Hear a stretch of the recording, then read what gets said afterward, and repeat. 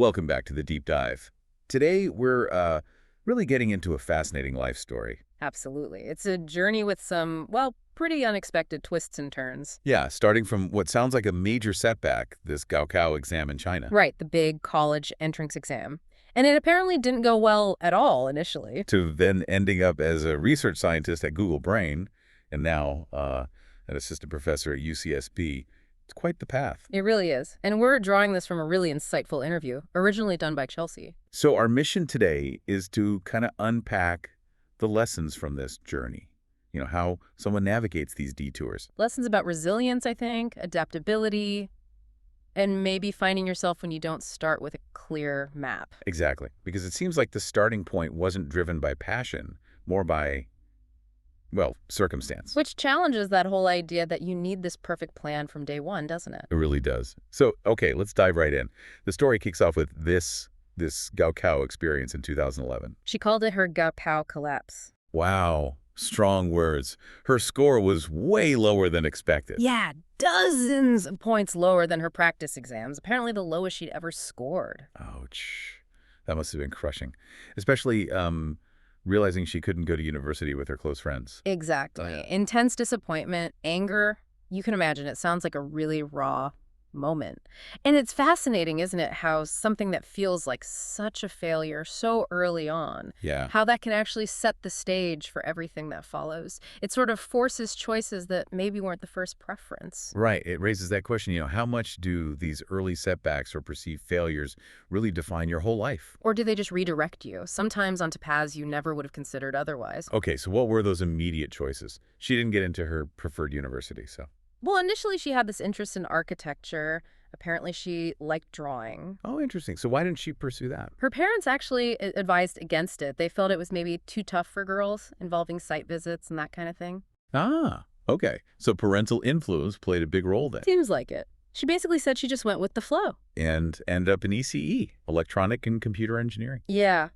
A major and a university she didn't have a strong connection to. She was pretty clear about it. What did she say? I had no interest in ECE and originally no interest in CS. Just kind of felt like, well, I somehow chose these, so I'll study them. Wow. That's really starting without a fire in your belly, isn't it? Just pure pragmatism almost. Exactly. And it highlights that pressure maybe in certain systems to pick something practical, even if it doesn't click immediately. So how did university life unfold then? Was it just mechanical studying? Initially, yeah, it sounds like she just knuckled down and studied. But then something shifted. What happened? In her second year, she mentions a major personal event. Doesn't go into detail, but it changed her perspective. Changed it how? She said she suddenly just wanted to live her own life, slowly, appreciating things, a move away from just grinding. That's a really significant internal shift. From just doing the work to seeking meaning. Absolutely. And you can see how that might start influencing bigger decisions later on. Like studying abroad, was that always the plan? It was kind of on again, off again. First, she was keen, then decided against it to be near her parents. Okay. But then later in her third year, influenced by high school friends and a close girlfriend who were planning to go abroad. The peer influence again. Right. She decided, pretty late in the game, to pursue a PhD overseas. A PhD. Why specifically a PhD? Well, partly it seems like a way to reconnect with that high school circle who were also going for advanced degrees. And also, the practical side, PhD programs often come with full scholarships, which she needed. So it wasn't purely about deep academic passion at that point either? It seems like a mix of factors: social connection, financial necessity, maybe a general sense that this was the next step. And this leads her to apply for computer science? Yes, a CS PhD at UCSD, which is pretty bold considering that. Considering she had an ECE background, and as she said, no real CS interest initially. Exactly. And she explicitly notes having to learn to code from scratch. Wow. And no publications at that point either. Nope. So applying for a top PhD program under those circumstances, that took some serious guts. Or maybe desperation? Or just sheer determination. A real uphill climb. Definitely speaks to her resilience, I think. Even if the passion wasn't the initial driver, the ability to just push through and learn, that's significant. Okay, so she gets into the PhD program. This is where things start to change pace, right? She talks about benefactors. Yes, Greenan in Chinese. It's a really interesting concept, like noble people or helpful people who appear in your life. People who sort of open doors for you. Pretty much. And she says these figures started appearing during her PhD, which is interesting because she admits she wasn't necessarily a strong PhD student. So it wasn't just about being the top performer. No, and that's key, I think. It suggests these benefactors saw something else. Potential, maybe, curiosity, openness. It implies it's not just luck. Right. You have to be receptive. Exactly. You have to put yourself out there, make connections, be open to possibilities, even if you feel you're not quite ready. You sort of create the conditions for luck. Can you give us some examples of these encounters? Oh, yeah. They're quite remarkable. Get this. Second year of her PhD, she's at a conference. Okay. Has a brief chat, maybe 10 minutes, with a director from Microsoft Research Cambridge. Gets an internship offer. Just like that. Seriously? From a 10-minute chat? Apparently so. Yeah. Then another time, she's interning at Google Brain. Google's big AI research division. Right. She meets a pioneer in the field of robustness, making AI reliable. Okay. This person offers her another internship, which then leads to ongoing collaboration. That's huge. It gets better. This same person later recommends her for an internship at Brain Toronto with another major figure. Wow, the network effect in action. Totally. And this benefactor offers her a job after graduation, writes strong recommendation letters for faculty positions, becomes a real role model. That's incredible. Yeah. It really illustrates her point about luck and effort. Exactly. She said, luck is definitely there, but effort is also needed, and mindset is very important. It wasn't just passive luck. She had to follow through on those internships, do good work, maintain the connection. Right. She had to be prepared for the luck and then make the most of it. And she credits these experiences with boosting her confidence. Makes sense. So she finishes her PhD pretty fast, 4 years. Which is quick, yeah. And goes straight to Google Brain as a research scientist. Sounds like the dream job for many in AI. It really is. She thought it was her best path at the time, but then something changed again. What happened? Well, she starts the job, but just 3 months in, the pandemic hits. Everyone starts working from home. Ah, that period of forced reflection for so many people. Exactly. And during that time, working remotely, she started thinking more deeply about what she really wanted. And it wasn't just pure research at Google. Apparently not. Yeah. She realized she had this strong desire to interact with people and, more specifically, to change young people's lives or offer them new perspectives. That's a very different drive than pure R&D. Completely. It points towards teaching, mentorship, academia. But she'd hesitated about academia before, right? Worried about not being strong enough. Yeah, she was very candid about that lack of self-confidence, fearing she might mislead students, which shows a real sense of responsibility. So this realization during the pandemic must have overcome that fear. It seems so. The pull towards impacting students became stronger than the self-doubt. It's a fascinating pivot away from a top industry job. Challenges that idea that industry is always the better or final step after a PhD. Definitely.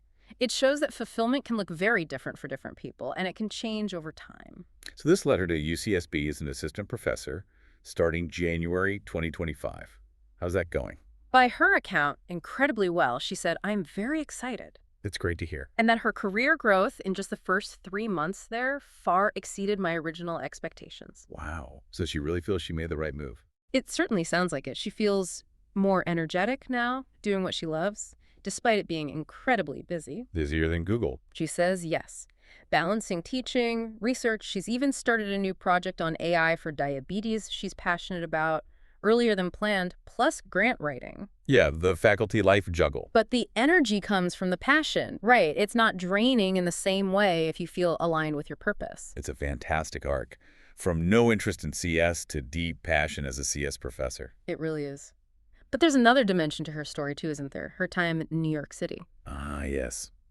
While she was at Google, before the move to UCSB, she lived in NYC for 3 years. And she mentioned Google offered quite a bit of flexibility. She wasn't that busy. Which gave her space to explore other things. Exactly. Hobbies, interests, things that really enriched her life beyond just work. Like what specifically? Well, she talked about loving old movies, going to these old cinemas, really immersing herself. Not just watching, but thinking about them. Yeah, contemplating the themes, the visuals, feeling a connection with the directors, their great love for their craft. That sounds quite profound. And then she described the feeling of leaving the dark cinema and stepping out into the bustling NYC streets, Yeah? feeling this wave of gratitude just for being alive in that vibrant place. Wow. That's using art to really connect with life. Absolutely. And it highlights how these non-work activities weren't just time fillers, they were sources of deep personal meaning and growth. She mentioned music too, right? Yes, symphony music. Attending classical concerts was apparently a non-negotiable stress reliever for her. Even when things were tough, like during job searches. Especially then, it sounds like. She found it gave her perspective. How so? She said it reminded her that the world is far larger than yourself. It helped her put small professional setbacks into context and get back to a happier state. That's a powerful coping mechanism, using music to resize your problems. And besides movies and music, she also mentioned the importance of friends, reading, and writing. Finding like-minded people, gaining perspective from books. And a consistent writing habit for self-reflection, understanding herself better, guiding her choices. It paints a picture of someone actively cultivating their inner life, not just letting their career define them. Totally. And she actually said that while maybe her time in NYC wasn't optimal purely for her Google career advancement, Yeah. the personal growth the city offered was invaluable, which again challenges that narrow view of success career only. It really does. It's about the whole person. So, synthesizing all this, what did she identify as her core values? She boiled it down to two key ideas. The first one was happiness. Simple, but maybe complex in practice. Well, her take was living happily is the most important thing. She acknowledged health isn't fully in our control, Right. but happiness and how you live your life, that can be controlled to a certain extent. And how does that connect to her journey? She believes studying hard when you're young gives you the right to choose how you live later. Her hard work, even in fields she wasn't initially passionate about, ultimately gave her the options Google, academia, to choose the path that now brings her happiness. That makes sense. Building the foundation for future agency. What was the second value? Self-understanding or self-cognition, Saint Renzi. That seems central to our whole story. Definitely. She sees it as this continuous process, constantly understanding yourself, moving away from just following the crowd towards independent thinking. And the benefit. She puts it beautifully. You really can see a bigger world through better understanding yourself. It's like the more you know yourself, the more possibilities you see outside yourself. Exactly. It fueled her ability to recognize what truly motivated her interacting with students and make that big career shift. Thinking back to her younger self, what message did she have, specifically for her high school self, facing that Gaokao disappointment? Her message, looking back 10 years later, was incredibly direct. Gaokao really isn't that important. Wow. After all that angst. Yeah. And she quoted her old high school Chinese teacher, who apparently said something like, 20 years later, it's just a small ripple. Such great perspective for anyone facing a huge hurdle right now. It feels all-encompassing in the moment. But in the grand scheme of things, it's often just a blip, a detour, not a dead end, especially if you keep moving and adapting. So her final words of wisdom distilled everything down. Pretty much. She said, cherish life, live well, simple but powerful. And she emphasized uniqueness, didn't she? Yes, strongly. Everyone's life is different. You can't copy someone else's path. The most important thing is figuring out what you truly want. Less comparison, more self-focus. Exactly. She dislikes comparison, encourages focusing on your own continuous improvement, not competing against others, which fits her journey perfectly, moving from external pressures to internal drivers. It's an amazing story we've unpacked. From that Gaokao collapse, the sort of accidental start in her field, To finding deep passion, building confidence, partly through these benefactors. and really enriching her life with experiences outside of work, like in NYC. It's quite a transformation. It really shows that the path doesn't have to be linear or planned to be fulfilling, does it? Not at all. Sometimes embracing the unexpected, those detours, that's where the real growth and happiness lies. Not in sticking rigidly to some plan you made years ago. Authenticity over adherence. So the thought we want to leave you with today is this. Reflecting on this journey, what unexpected turns in your own life have perhaps led to the most significant growth? Or maybe sparked passions you never saw coming? Yeah, think about your own benefactors, those moments of serendipity, or times you followed a gut feeling even if it seemed off-tist. What did you learn from those moments? Thank you for joining us on this deep dive.